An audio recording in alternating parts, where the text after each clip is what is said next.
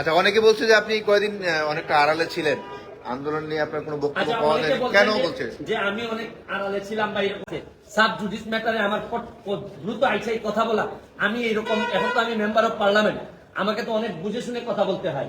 আদালতের sub judice ম্যাটারে আমি ফেসবুকে 3-4জন বললো যে মানবতাবাদী ব্যারিস্টার সুমন এখন কোথায়, এই কথা বললেই আমি লাফাইয়া পড়বো, এইরকম ব্যারিস্টার তো আর আমি না।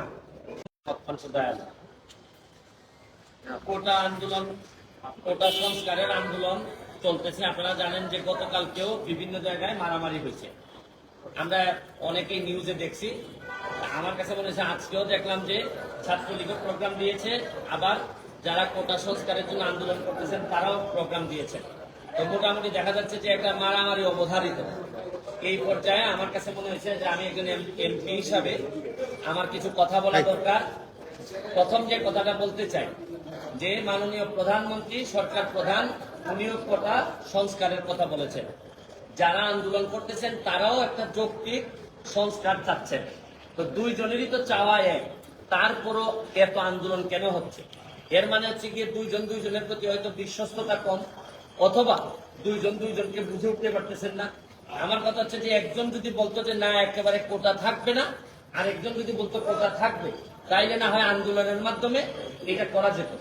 এখন প্রশ্ন হচ্ছে গিয়ে যে যারা প্রথমে আন্দোলন শুরু করছিলেন তাদের এই আন্দোলনকে অনেকেই আমরা যৌক্তিক মনে করছি, কিন্তু যখন এই আন্দোলনটাতে যখন রাজাকার স্লোগান চলে আসলো, যখন দেখা গেল যে সরকার বিরোধী, দেশ বিরোধী কিছু মানুষও এই আন্দোলনের সাথে জড়াই গেছে, তখন তো আর সরকার বসে থাকতে পারে না। তখন মনে হয়েছে যে এই আন্দোলনটাকে একটা সরকার বিরোধী আন্দোলন, কোটা সংস্কারের আন্দোলন রেখে এটা একটা সরকার বিরোধী আন্দোলনের দিকে মনে হচ্ছে, এবং সরকার তাই মনে করতেছে, আমার এদের আচরণ দেখে মনে হইতেছে।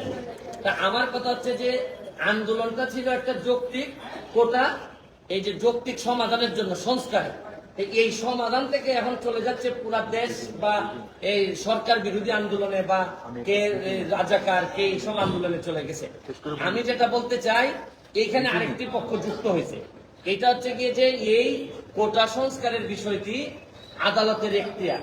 আপনারা জানেন যে এটা প্রধান বিচারপতির আদালতে এই জিনিসটা আছে। আপনি আদালতকে যদি না মানেন তাইলে তো আমাদের আরেকটা কনস্টিটিউশনাল একটা ক্রাইসিসে আমরা পড়ে যাব। আমার বক্তব্য হচ্ছে পরিষ্কার, যারা আজকে যারা মুখোমুখি হচ্ছেন তাদের প্রতি আমার একটা দাবি, কারণ বেশ কিছুদিন ধরে সাধারণ মানুষের অনেক কষ্ট হচ্ছে। আমি বলছি না যে আপনাদের দাবিও যৌক্তিক, আমি বলতে চাচ্ছি যে আপনাদের এই দাবি আদায়ের যে প্রক্রিয়াটাকে আদালত পর্যন্ত একটু অপেক্ষা করা যায় কিনা। আদালত আগামী 1 মাসের মধ্যে এটা সমাধান দিবেন বলছেন। আমার একটা বক্তব্য হচ্ছে যে আপনারা আন্দোলন করতে পারবেন, আপনারা তো আজকে না করলে কালকে করতে পারবেন না, এরকম কোনো কথা আপনাদের কোথাও ছিল না। আপনারা আদালতটা দেখেন, মাননীয় প্রধানমন্ত্রী নিজেই কিন্তু কোটা বাতিল করে উনি কিন্তু এই আপনারা জানেন গেজেট প্রকাশ করেছেন, এটা কিন্তু উনিই করেছেন, এবং আমার বিশ্বাস উনি আবার একটা যৌক্তিক সমাধান উনি দিতে পারবেন। কারণ হচ্ছে গিয়ে আপনারা কোটার কথা বলে সরকার যদি ফেলে দিতে চান তাহলে তো আমাকেও ফেলে দিবেন, আমি এমপি হিসাবে তো আমিও করে যাব, তাতে আমার দুঃখ নাই। যদি আপনারা ভালো কারণে আমাদেরকে ফেলে দেন অসুবিধা নাই, কিন্তু যদি এখন যুদ্ধাপরাধী এরা যদি এসে আমাদেরকে ফেলে দিতে চায় তাহলে তো, আর ফেলে দেওয়ার সাথে সাথে এই যে রক্তাক্ত একটা অবস্থার মুখোমুখি যদি হইতে হয় তাহলে দেশের জন্য কোনোভাবে এটা সুখকর হবে না। আমার বক্তব্য হচ্ছে আপনারা অন্তত 1 মাসের জন্য এটাকে স্থগিত করেন, এবং প্রয়োজনে আমি আপনাদেরকে নিয়ে যারা কোটা সংস্কারের আন্দোলন করতেছেন তাদের যারা নেতৃবৃন্দ, তাদেরকে নিয়ে যারা আসলেই প্রকৃত ছাত্র তাদেরকে সাথে করে নিয়ে প্রয়োজনে আমি প্রাইম মিনিস্টারের সাথে বসে কথা বলবো, যাতে একটা যৌক্তিক সমাধান করা যায়। কারণ হচ্ছে গিয়ে আন্দোলন করে মারামারি করে, এবং আরো একটা জিনিস দেখেন, আমি ছাত্রলীগের সাবেক নেতা ছিলাম, কর্মী ছিলাম, ছাত্রলীগ এবং যারা মুখোমুখি হয়ে গেছে এটা কিন্তু একটা চক্রান্ত চলতেছে যে ছাত্রলীগকে কিভাবে অজনপ্রিয় করা যায়। কারণ আপনি যখন একটা দুইটা দলের মুখোমুখি করবেন, সব এখন ছাত্রলীগ যদি কাউরে বাড়ি দেয় অথবা ছাত্রলীগ বাড়ি খায়, তখন কিন্তু হয়তো একটা খারাপ পরিস্থিতির দিকে যাবে। ছাত্রলীগকে আরো অজনপ্রিয় করার একটা প্রক্রিয়া চলতেছে। আমি মনে করি, আমি ছাত্রলীগকেও দাবি জানাবো যে আপনারা প্রকৃত অর্থে যদি কাউকে প্রতিহত করেন, তাইলে যদি দেখা যায় যে এই আন্দোলনের বাইরে থেকে কেউ এসে সরকারের ক্ষতি করতে চায়, রাষ্ট্রের ক্ষতি করতে চায়, তাদেরকে আপনারা প্রশাসনের কাছে হস্তান্তর করবেন, নিজেরা আইন তুলে নিবেন না। আমি আপনাদের এই বড় ভাই হিসাবে বলতেছি, আর যারা আন্দোলন করতেছেন তাদেরকেও আপনাদেরই বড় ভাই আমি বলতেছি যে আপনারা আদালতের দিকে একটু দেখেন। 1 মাস পরে যদি আপনাদের মনে হয় যে না এটা যৌক্তিক সমাধান হয় নাই, তাহলে আপনারা আবার আন্দোলন করতে পারেন। কিন্তু অযথা মুখোমুখি হয়ে আপনাদের পুরো ভবিষ্যৎটা সামনে, আমি চাই না আপনাদের ভবিষ্যৎ নষ্ট হোক এবং এই রাষ্ট্রে বা দেশে একটা বিশৃঙ্খলা পরিস্থিতি তৈরি হোক। কারণ এইরকম বিশৃঙ্খলা পরিস্থিতি তৈরি হইলে সরকার কিন্তু কঠিন হাতে আগাইতে হবে, সরকারের সামনে আর কোনো পথ থাকবে না। এই জন্য আমি একজন মেম্বার অফ পার্লামেন্ট হিসাবে, ব্যারিস্টার সুমন হিসাবে আমি আপনাদেরকে দাবি জানাচ্ছি, আপনারা 1 মাসের জন্য, শুধু 1 মাসের জন্য আপনারা এই অ্যাপিলেট ডিভিশনের রেজাল্ট হওয়া পর্যন্ত আপনারা একটু যদি এটা স্থগিত করে এর ভিতরে আমরা আপনাদেরকে যদি চান, আপনাদেরকে সাথে করে নিয়ে প্রাইম মিনিস্টারের সাথে মাননীয় প্রধানমন্ত্রী, উনি বঙ্গবন্ধু কন্যা, উনাকে বললে উনি বুঝবেন না এমন কোন জিনিস নাই। আমি কাছাকাছি থেকে আপনাদেরকে সাক্ষী দিচ্ছি যে আমি এতদিন উনার সাথে আমি সংসদে ছিলাম, উনাকে যদি বুঝায় বলা যায় উনি বুঝেন না এমন কোন জিনিস নাই। তবে আমার কাছে মনে হয় যে প্রক্রিয়ায় আপনারা আদায় করতে চাচ্ছেন, এই প্রক্রিয়াটা আপনাদের সঠিক না। আপনাদের কাছে আমার দাবি 1টা মাস সময় আপনারা স্থগিত করেন। 1টা মাস পরে সুপ্রিম কোর্টের আদেশের পরে আপনারা, কারণ আপনারা যেটা চাচ্ছেন, আপনারা বলতে চাচ্ছেন যে আপনারা আন্দোলন সরকারের সাথে, আদালতের সাথে না। কিন্তু আপনাদের এই আন্দোলনের যেটা চান আপনারা, এটা যদি আদালত থেকে আসে তাহলে তার আপনাদের আন্দোলন করার দরকার পড়ে না। আপনারা মানলাম যে আপনারা আদালতকে চাচ্ছেন না, কিন্তু আদালতের মাধ্যমে আসতে পারে। প্রয়োজনে আদালতে আইনজীবী হিসেবে আমি থাকবো, থেকে যৌক্তিক সমাধানের চেষ্টা আমি করব। এইটুকু আমি। তার মানে আপনি বলছেন যে কোটা আন্দোলনকারীরা যদি আদালতে আসে আপনি তাদেরকে আইনি সহায়তা দিবেন? আইনি সহায়তা এটা ক্লিয়ার করে বলেন। আমি যদি তারা আদালতে আসে, আমি তাদের সাথে থেকে একজন আইনজীবী হিসাবে তাদের এই যৌক্তিক সংস্কারের জন্য যা যা বলা লাগে আমি তাদের পক্ষে বলবো। কিন্তু তাও আমি চাই যে আপনারা আন্দোলনটা এইভাবে মুখোমুখি হয়ে সাধারণ মানুষের কষ্ট এবং এই রক্তাক্ত পরিবেশ আমরা দেখতে চাই না। এই যে গণমাধ্যমে যে ছবিগুলো এসেছে, গুলি করছে, তাদের করেছে, শিক্ষার্থীদের পেটাচ্ছে, এটা নিয়ে আমি তো এইটা দেখেই তো আজকে এখানে মুখোমুখি হয়ে হলাম আপনাদের। আমি গতকালকে যে পরিস্থিতি দেখলাম, শুনেন, প্রতিটা দল বা সংগঠন সবসময় তো একই আদর্শের উপর সব লোক থাকে না। তারা আদর্শের ব্যত্যয় ঘটায় দেখা গেল কেউ কেউ অতিরিক্ত আবেগ দেখাচ্ছে। এটা দেখাইতে গিয়ে তো আলটিমেটলি পুরা দলেরই বদনাম হচ্ছে।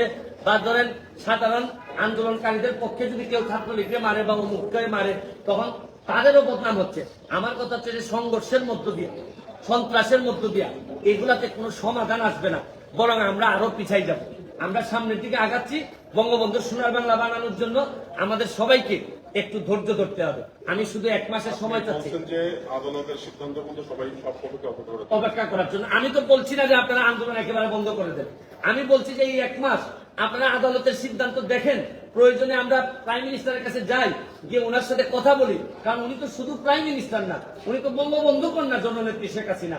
উনারে বুঝাইয়া বললে, আমি নিজে পার্সোনালি উনার কাছে গিয়ে আমি দেখছি, উনারে বুঝাইয়া বললে এমন কিছু নাই হয় না।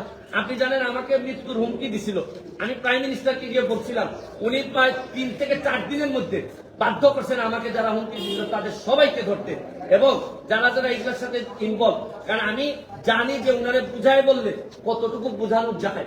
এই জন্য এই অভিজ্ঞতা থেকে একজন এমপি হিসাবে আপনাদের কাছে আমি দাবি জানাচ্ছি, অযথা এই সন্ত্রাসের দিকে গিয়ে, আন্দোলনের দিকে গিয়ে, ভাঙাভাঙির দিকে গিয়ে রক্তাক্ত অবস্থায় আমাদের কোনো সমাধান হয় না। কারণ আমরা এই গত সপ্তাহে আপনারা জানেন 3 ঘন্টা, 3.5 ঘন্টা, 4 ঘন্টা করে জেমে মানুষ বসে আছে।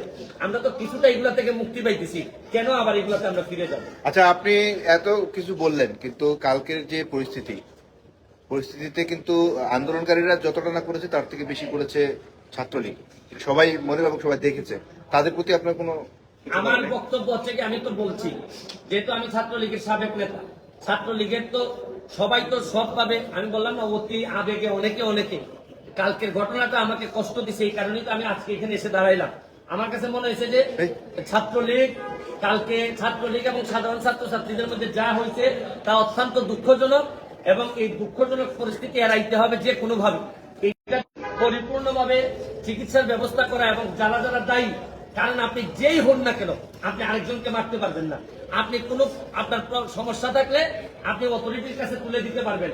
কেউ যদি আপনার মনে হয় রাষ্ট্রবিরোধী কাজ করতেছে আপনি অথরিটির কাছে তুলে দিবেন।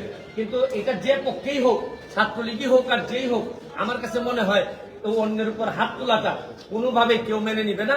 এবং আমিও জানি সরকার থেকে এই ধরনের কোনো আদেশ বা এরকম কোনো কিছু বলা নাই। অনেকে অতি আবেগে এই কাজটি করে থাকে। ছাত্রলীগ কি ভুল করেছে এই মারধর করে? আমার কাছে মনে হয়েছে যে ছাত্রলীগ যদি কোনো মারধরের ঘটনায় থেকে থাকে, এটা ছাত্রলীগের কোনো দলীয় সিদ্ধান্ত না, এটা হচ্ছে গিয়ে অতি আবেগ। ওই কিছু কিছু লোক হাইব্রিড থাকে, তারা নিজেদেরকে প্রমাণ করার জন্য ছাত্রলীগের ট্যাগ লাগাইয়া দেখা যায় আরেকজনকে মারতেছে। এরা কি বুঝে না যে আমি যখন একজনকে মারতেছি এটা সারা বাংলাদেশে ভিডিও হচ্ছে, আমার দলের ক্ষতি হইতেছে? এটা কি এরা বুঝে না? যারা বুঝে এরা কখনো মারবে না, আর যারা মারে এরা প্রকৃত ছাত্রলীগ না। একটা জিনিস clear হলো যে আন্দোলনকারীদের, বৈষম্যবিরোধী ছাত্র আন্দোলনকারীদের কোন আচরণে মনে হচ্ছে যে এই আন্দোলনটা সরকারের বিরোধিতার দিকে যাচ্ছে? এই যে আমি আপনাদের বলি, আন্দোলন যখন প্রথম হয়েছে যৌক্তিক সংস্কারের বিষয়ে আমরা নানা কথা শুনছি এদের, এবং যথেষ্ট পরিমাণ সরকারও কিন্তু শোনার চেষ্টা করছেন। এবং এটা জানেন আপনি, সরকার থেকে এই অ্যাটর্নি জেনারেলের মাধ্যমে কিন্তু ওই অ্যাপিলেট ডিভিশনে নিয়ে আসা হয়েছে যাতে এটা একটা যৌক্তিক সমাধান করা যায়। কিন্তু যখন থেকে আপনি খেয়াল করে দেখেন যে এই স্বাধীন দেশে আপনি রাজাকার স্লোগান দিবেন, এইটা কিন্তু মুক্তিযুদ্ধের প্রজন্ম বা আমরা যারা স্বাধীনতার সপক্ষে শক্তি, আমাদের পক্ষে মেনে নেওয়া খুবই কঠিন। এই সময় মনে হয়েছে যে এই যে প্রক্রিয়াটা শুরু হয়েছে, এবং আপনি দেখবেন যে বিভিন্ন জায়গায় এই যে জামাত চক্র, যেটা জামাত শিবির, তারা কিন্তু বসেই থাকে যে কোনো একটা এই আন্দোলনকে কিভাবে তারা ব্যক্তিগত বেনিফিট নেওয়া যায়। আমার কাছে মনে হয়েছে এরা তো সাধারণ ছাত্র, এরা তো এত বুঝে না। এই যে স্লোগান টোগান দেওয়ার মধ্য দিয়া এরা যেটা অধিকারের আন্দোলনের কথা বলতেছে এটা অধিকারিত, কিন্তু এইটার সাথে রাজাকার এই যে স্লোগান, আপনি এই স্লোগান দেওয়ার পর বাংলাদেশের কোনো এই স্বাধীনতার সপক্ষের কোনো মানুষ এই জায়গায় থাকবে না। আচ্ছা, অনেকে বলছে যে আপনি কয়েকদিন অনেকটা আড়ালে ছিলেন, আন্দোলন নিয়ে আপনার কোনো বক্তব্য আচ্ছা, পাওয়া অনেকে যায়নি, বলছেন কেন বলছে? যে আমি অনেক আড়ালে ছিলাম বা এরকম বলতে পারেন। আচ্ছা, আপনি কি জানেন বেশিরভাগ মানুষই কোটা আন্দোলন যারা মৌনভাবে সমর্থন দিচ্ছেন বা বিরোধিতা করতেছেন, অনেকেই জানেনই না যে আন্দোলনটা কিসের জন্য। অনেকে জানেনই না যে কোটাটা আসলে অ্যাপ্লাই হয় কখন। একটা মানুষ পিলি রিটেন এগুলা পাস করার পরই তো কোটা অ্যাপ্লাই হয়। অনেকে মনে করেন ধারণা যে কোটাটা মনে হয় বাড়ি থেকে নিয়ে আইসা এই কোটাতে ভর্তি করে দেওয়া হয়। আবার অনেকেই জানেন না আসলে কত পার্সেন্ট কোটাতে দিতে হয়। অনেকেই জানেন না কোটা না দিলে আপনার দেশের কি ক্ষতি হতে পারে, মানে পিছাই আছে জনগোষ্ঠী কতটা পিছাইতে পারে। ও আমার কাছে অনেক ইনফরমেশন যেটা আমি পুরাপুরি না জেনে কথা বলি না। এখানে আবার সুপ্রিম কোর্টে আছে পেন্ডিং, আদালতের যেটা জুরিসডিকশনে আছে, সাব জুডিস ম্যাটারে আমার দ্রুত আইসাই কথা বলা। আমি এইরকম, এখন তো আমি মেম্বার অফ পার্লামেন্ট, আমাকে তো অনেক বুঝে শুনে কথা বলতে হয়। আদালতের সাব জুডিস ম্যাটারে আমি ফেসবুকে 3-4জন বললো যে মানবতাবাদী ব্যারিস্টার সুমন এখন কোথায়, এই কথা বললেই আমি লাফাইয়া পড়বো, এইরকম ব্যারিস্টার তো আর আমি না। ওকে, সুমন ভাই, আমাদের সময়ের লাইভে প্রায় ৬২,০০০ মানুষের মত আপনারা দেখছেন। তার মধ্যে অনেকে আপনাকে প্রশ্ন করছেন যে নিজের সুবিধা মতো আচরণ করেছেন। যে আমি তো অবশ্যই আমার সুবিধা মতো বলছি, এটা আমার সুবিধা কোনটা? জেনে পড়ে থাকবো আমি, মারামারি দেখবো, আমার খারাপ ভালো লাগবে? আমি কি অমানুষ তো না? আচ্ছা, মানুষ না হয় জানি না, আমি অমানুষ তো না। বাচ্চারা মারামারি করবে, আমার ছাত্রলীগ যে দল আমি করছি, আমার ছাত্রলীগ বদনামে করবে, আমি বসে থাকবো? আমার সুবিধা তো এইটাই। মানে শুনেন, যারা আমার সুবিধার কথা বলে তারা আমার সুবিধা ছাড়া মাথায় কিছু আসে না। আমার সুবিধা যে আমাদের সুবিধা হইতে পারে, আমার সুবিধা যে দেশের সুবিধা হইতে পারে, এইটা বেশিরভাগ লোক জানে না। এই কারণে এরা এইসব কথা বলে। Thank you, thank you. অনেক ধন্যবাদ। Thank you.